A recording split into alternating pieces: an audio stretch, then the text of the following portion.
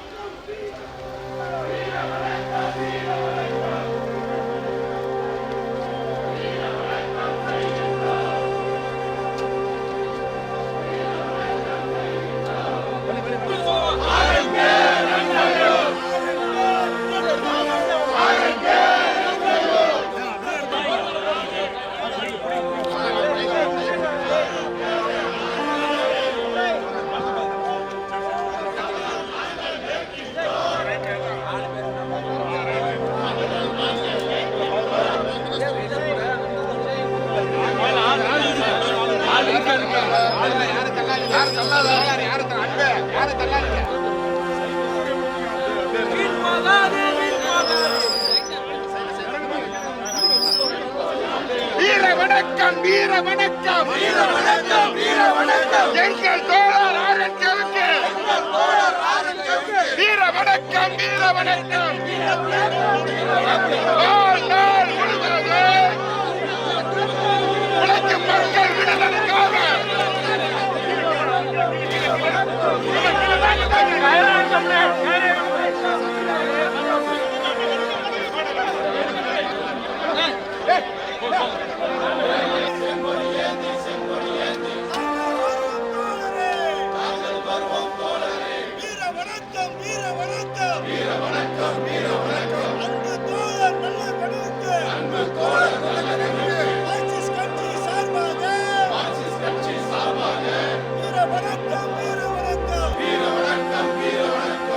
மாமனிதர் தோழர் நல்லகண்ண ஐயா அவர்களின் பதவிக்கு என்னுடைய ஆழ்ந்த இரங்கல்களை தெரிவித்துக் கொள்கிறேன். மனிதநேயத்தின் உச்சம் மார்க்சியம்.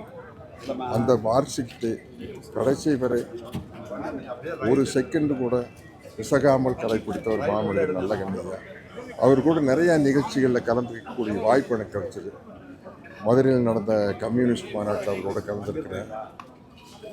அது மாதிரி கம்யூனிஸ்ட் கட்சி நிகழ்ச்சிகள் நிறையா, ஜல்லிக்கட்டப்பு நடந்த ஐயா தலைமையில் நல்லகண்ண ஐயா தலைமையில் நடந்த நிகழ்ச்சியில் கலந்துக்கிட்டு, ஜல்லிக்கட்டுக்கு ஆதரவாக நடந்த நிகழ்ச்சியில் கலந்துக்கிட்டு, கடைசியாக தம்பி எழுச்சி தமிழர் திருமாவளவன் நடத்திய விடுதலை சிறுத்தைகள் கட்சியினுடைய விழாவில் நானும் ஐயா நல்லகண்ண ஐயாவில் கலந்துக்கிட்டோம். சுமார் ஒரு வருஷம் இருக்கும். அதுதான் நான் கடைசியாக ஐயாவை சந்தித்தது. ரொம்ப சந்தித்தாலும் என்னுடைய நலன்களை பற்றி விசாரிப்பார். அவருக்கு ரொம்ப பிடித்த படம் வேற முருகன் பெரியார். அந்த 2 படத்தை பற்றி எங்கிட்ட பேசிக்கிட்டே இருப்பார். ஒரு பொது உடைமை சித்தாந்தத்தின் மாபெரும் இழப்பு நல்லகண்ண ஐயா. என்னுடைய ஆழ்ந்த இரங்கல்களை தெரிவித்தேன். பொது உடைமை கட்சியின் முதுபெரும் தலைவர், தமிழகத்தின் தியாக தீபமாக வாழ்ந்தவர், சுதந்திர போராட்ட தியாகி, நாடு விடுதலை அடைவதற்கு தன்னையே அர்ப்பணித்தவர், பிரிட்டிஷ் காவல்துறை தேடும் பொழுது தலைமறைவு வாழ்க்கை நடத்தி தேச விடுதலைக்காக பாடுபட்ட மூத்த தலைவர். இப்படி ஒரு தலைவர் இருந்தாரா என்று அடுத்த தலைமுறை நம்பமா என்று தெரியவில்லை. அப்படிப்பட்ட எளிமையான நேர்மையான தலைவராக வாழ்ந்து 101 வயதில் மறைந்திருக்கிறார். மிகவும் என்னுடன் நெருங்கி தன்னுடைய பிள்ளையை போல் பாவிப்பார்கள். அப்படிப்பட்ட ஒரு மாபெரும் தலைவருடைய இழப்பு எனக்கும் தமிழ்நாட்டு மக்களுக்கும் மிகப்பெரிய இழப்பாகும். காங்கிரஸ் பேரியக்கத்தின் சார்பாக ஆழ்ந்த இரங்கலையும், அவருடைய வரலாறு மண்ணில் மனிதர்கள் உள்ளவரை யாரும் மறக்க மாட்டார்கள், அவருடைய தியாகத்தை மறக்க மாட்டார்கள். அதற்காகத்தான் நாங்கள் கோரிக்கை வைத்திருக்கிறோம். தோழர் நல்லகண்ண அவர்களுக்கு பாரத ரத்னா விருது வழங்க வேண்டும் என்று மீண்டும் மீண்டும் வலியுறுத்துகிறோம்.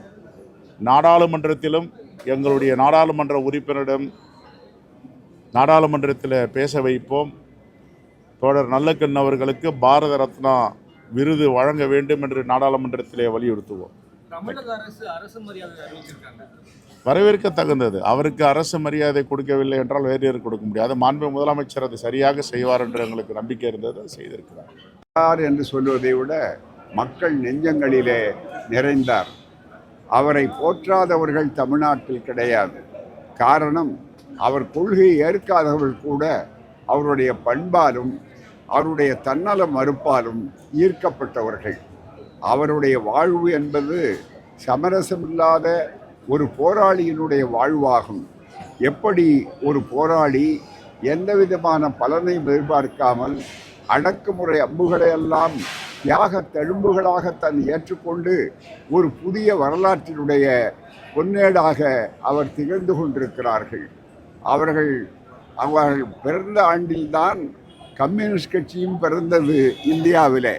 அப்படிப்பட்ட அவர் கம்யூனிசம் அங்கே கால் ஊன்றுகிற போது அதற்கு எவ்வளவு பணி செய்ய வேண்டுமோ அதை தன்னுடைய வாழ்க்கை தொண்டாக இறுதி மூச்சு அடங்குகிற வரையில் அவர் தொடர்ந்தார், தொண்டாற்றினார்.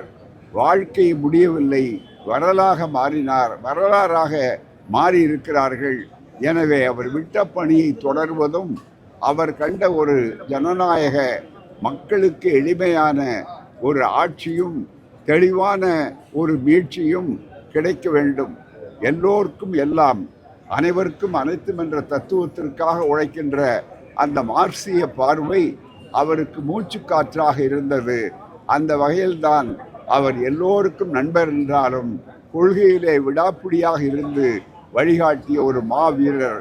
அவருடைய நினைவு என்பது எப்போதுமே வரலாற்றின் வைர வரிகளாக என்றைக்கும் மின்னிக்கொண்டே இருக்கும். வாழ்க RNK.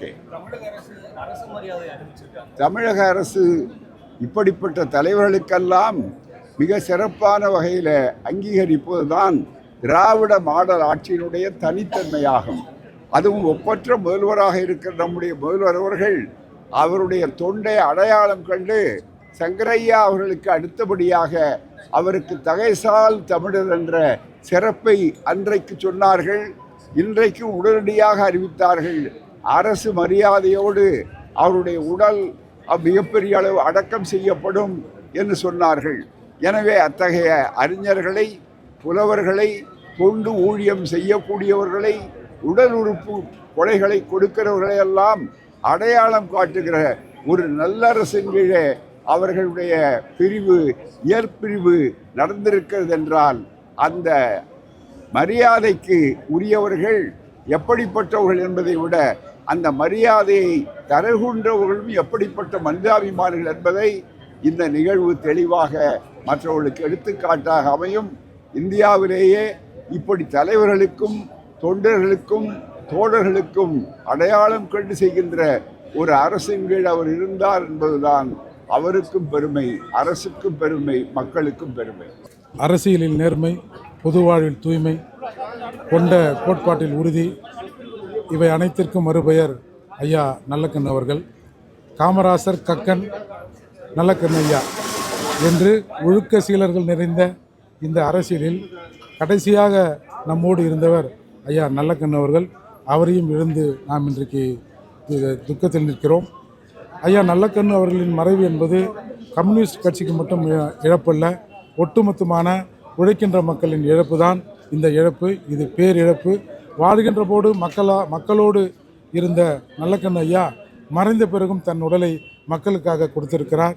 எனவே நல்லக்கண்ணாவின் ஐயாவின் அந்த தியாகத்தை இந்த சமூகம் சரியாக அங்கீகரித்ததா என்றால் இந்த சமூகத்தில் உள்ள சாபக்கேடு நல்லக்கண்ணு ஐயா போன்றவர்களை இந்த சமூகம் மிகப்பெரிய உயர இடத்திலே அரசியலிலே வைத்து அழகு பார்க்க தவறியது. எனவே நல்லக்கண்ணு ஐயாவின் வாழ்க்கையை எடுத்து ஐயாவின் புகழை பாட வேண்டும். குறைந்தபட்சம் பொது வாழ்வில் நேர்மையாக இருப்பதற்கு ஐயாவை பார்த்து இன்றைக்கு இருக்கிறவர்கள் திருந்த வேண்டும், பழகிக்கொள்ள வேண்டும். புரட்சித் தமிழகம் சார்பாக என்னுடைய நெஞ்சார்ந்த வீர வணக்கத்தை தெரிவித்து ஐயாவின் புகழ் ஓங்குக என்று கூறி முடிக்கிறேன். ஏர்போர்ட் மூர்த்தி, புரட்சித் தமிழகம்.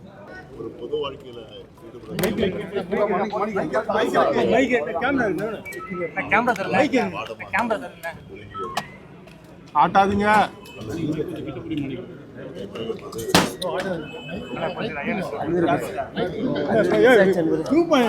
கிட்ட